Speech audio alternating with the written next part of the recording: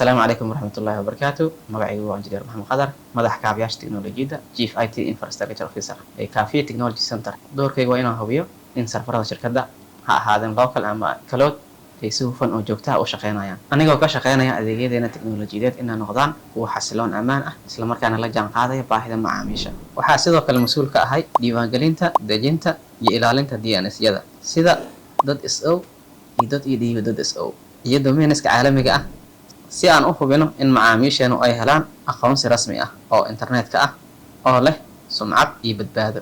Ujeedadeedu waa inaan ka shaqeeyo horumarka shirkadda iyadoo loo maraayo kaabayaal adag iyo adeegyo la isku halayn karo si Kaafiya Technology Center ay u noqoto astaan teknoolojiyadeed oo lagu kalsoonaan karo gudaha iyo dibaddaba.